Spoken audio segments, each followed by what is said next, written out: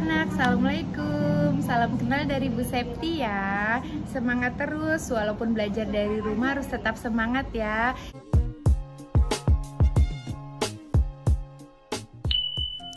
Hai anak-anak semua, hari ini kita akan belajar tema 1, subtema 1, pembelajaran yang kedua. Yuk kita sama-sama mulai belajar.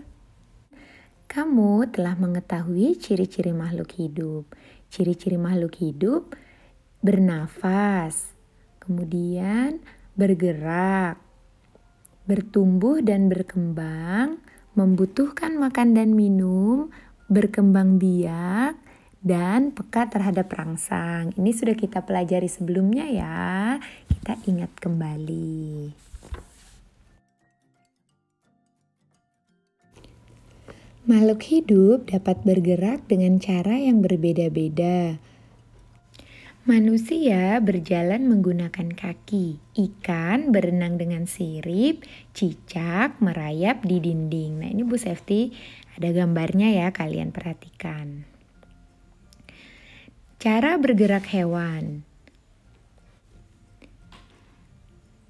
Nah ini Bu Septi punya beberapa contoh ya, jadi berbagai macam hewan bergerak secara berbeda-beda. Berenang menggunakan siripnya antara lain paus dan lumba-lumba. Terbang menggunakan sayap antara lain contohnya kupu-kupu, burung, kumbang, belalang, lebah, dan capung. Berjalan dengan kakinya antara lain ayam, burung, itik, angsa, kuda, dan gajah. Kemudian ada juga hewan yang melompat, antara lain katak, kelinci, dan kanguru. Kemudian ada hewan yang melata, antara lain ular, cacing, dan buaya. Ada hewan yang memanjat dengan kedua tangan dan kakinya, antara lain beruk. Selain itu, ada juga hewan yang bergelantungan dengan kedua tangan dan kakinya, antara lain kera dan orangutan. Apakah tumbuhan juga bergerak? Cara tumbuhan bergerak. Nah, kalian bisa perhatikan gambarnya ya. Di sini ada gambar daun putri malu dan bunga matahari. Bagaimana gerakan yang dilakukan tumbuhan? Jika kamu perhatikan, pucuk tumbuhan umumnya akan bergerak menuju ke arah datangnya sinar matahari. Gerakan tersebut bertujuan untuk memperoleh sinar matahari atau untuk melindungi diri. Pernahkah kamu menyentuh daun putri malu? Bandingkan keadaan daun putri malu di saat siang dan malam hari. Nah ini contohnya ya, ada bagian yang mengatup ketika disentuh ya. Kalian masih ingat gak? Ciri-ciri makhluk hidup yang terakhir, peka terhadap rangsang. Ini salah satu contohnya ya. Daun putri malu akan segera mengatup jika disentuh. Demikian juga jika udara di sekitarnya dingin atau di saat malam hari. Contoh lainnya, bunga matahari bergerak sesuai dengan arah datangnya sinar matahari. Di pagi hari, bunga matahari menghadap ke arah timur. Di tengah hari, bunga matahari menghadap ke atas. Di sore hari, bunga matahari menghadap ke barat.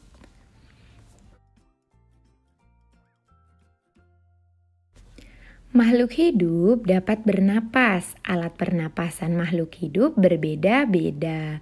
Manusia bernapas dengan paru-paru. Nah, ini contohnya ya, paru-parunya. Ikan bernapas dengan insang. Nah ini ada Bu Septi punya gambar ya, contoh manusia dan hewan.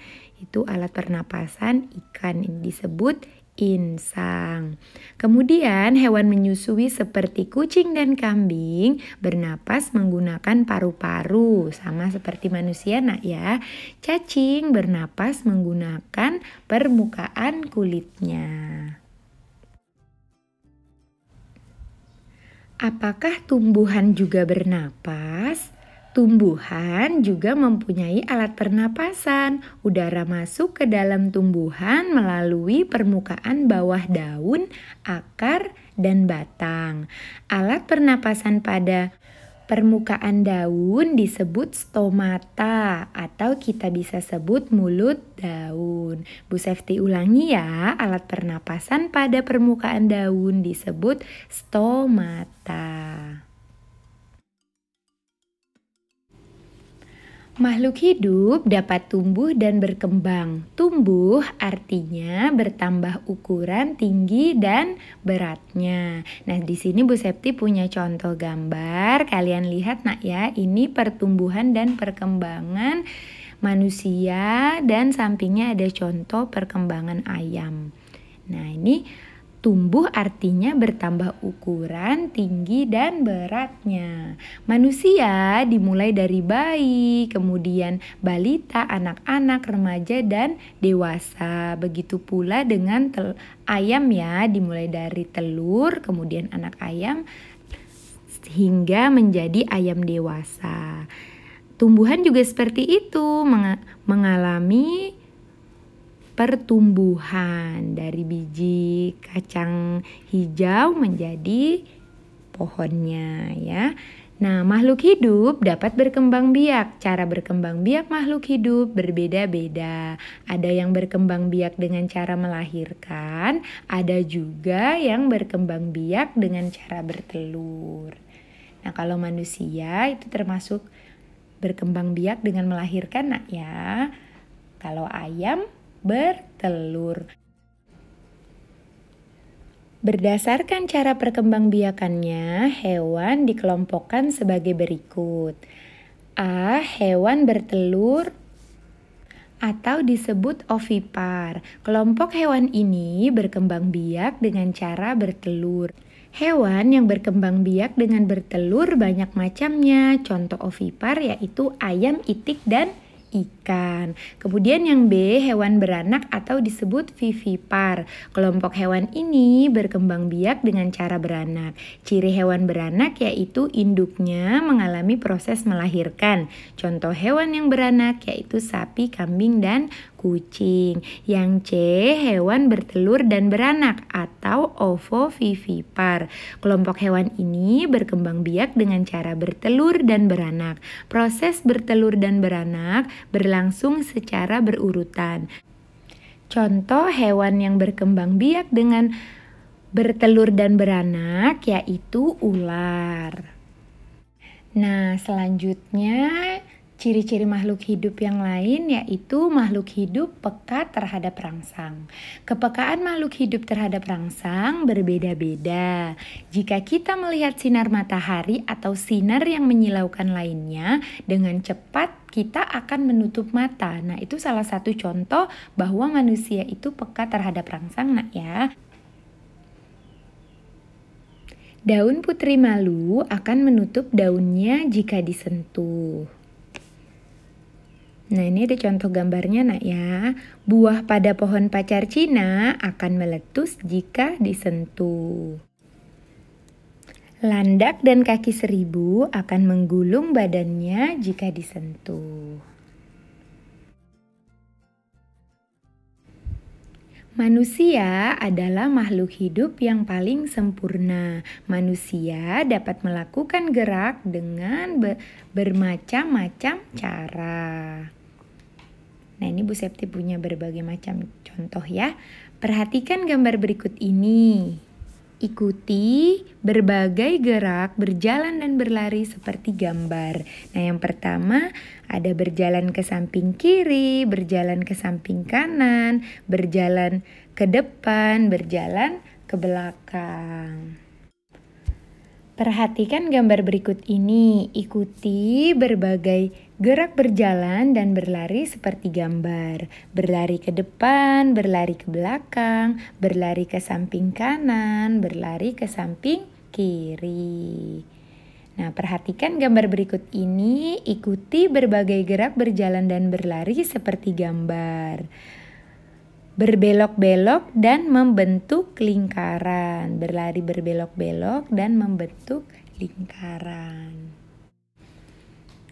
Kekuatan kaki menjadi faktor utama keberhasilan dalam kegiatan perlombaan kombinasi gerak berjalan dan berlari. Dalam setiap perlombaan selalu ada yang menang dan kalah.